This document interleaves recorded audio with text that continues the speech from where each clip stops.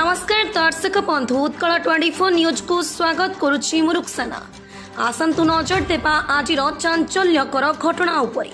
Jaleshwar police द्वारा brown sugar peddler Sheikh Rafikul गिरफ, 285 ग्राम ब्राउन सुगार जबत। विशेष सूत्रु खबर पाई जलेश्वर आईआईसी रंजन कुमार सेठी नेतृत्व में गुरुवार भोर समय पश्चिम बंगरू ओडिशा ब्राउन सुगार आनिबा बेले अगरवाला छक निकट में माड़ी पशिथिला पुलिस। 285 ग्राम ब्राउन सुगार गोटे स्कूटी जबत होइथिबा बेले जबत ब्राउन सुगार मूल्य प्राय 28 लाख टंका पुलिस सूचना देछंती जलेश्वर एसडीपीओ दिलीप कुमार साहू। या सहित एक एंड्रॉइड फोन 880 टंका ता निकट रु जबत होइछि। तेज रफिकुल उपरे पुलिस दीर्घ दिन धरी नजर रखिथिबा बेले घटनार अधिक तदंत करुछि जलेश्वर पुलिस। जलेश्वर पुलिस पाखे खबर थिला कि जनक युवक तार होंडा एक्टिवा गाड़ी जंगल साइड रू ब्राउन सुगार क्यारी करुछि जलेश्वर अंचल को बोली तेणुक से अनुसार आईआईसी नेतृत्व में आम जलेश्वर पुलिस गोटे टीम अग्रवाला छक नाका लगे भोर समय प्राय 4:30 समय उक्त युवक आसुवार रिटर्न करते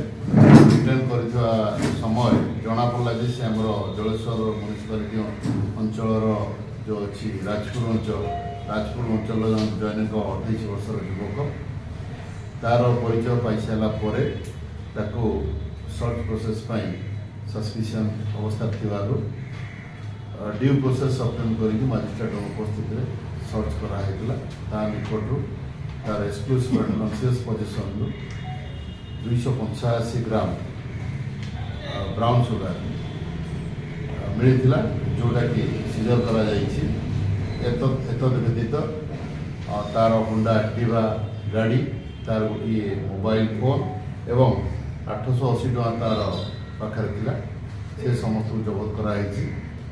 जबत कराई ब्राउन सुगार आनुमानिक बजार मूल्य हम प्राय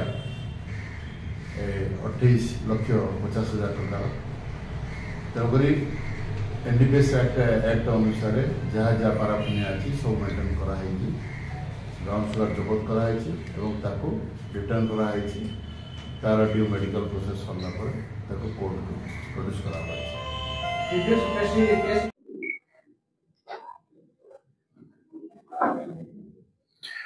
basin on credible information Jaleshwar police एक टीम आईआईसी नेतृत्व में आज भोर समय अग्रवाला छक पाखरे आमर नाका पकईले एवं जनक व्यक्ति जे कि आमर राजपुर अंचल जनक युवक से क्लैंडस्टाइन ब्राउन सुगार क्यारी करुछि बोली खबर थिबारु ताको आमे नजर रखिथिलु।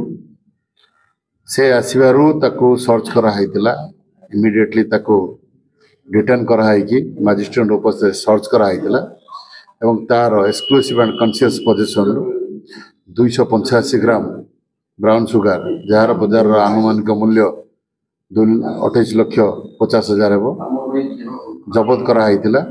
ता निकट रू मध्य 880 टଙ୍କା कैश गोटे होंडा एक्टिवा स्कूटी आउ मोबाइल फोन जबत करा जाइछि। वर्तमान इन्वेस्टिगेशन आमर चालू ए संक्रांत रे जलेश्वर थाना केस नंबर 478/24 मामला रुजु होइछि।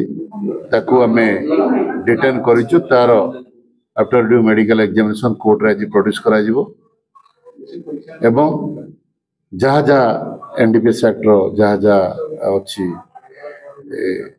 कार्यक्रम से अनुसार आमे लॉ अनुसार एक्शन नो। जलेश्वर दुर्गा शंकर गिरी रिपोर्ट उत्कल 24 न्यूज।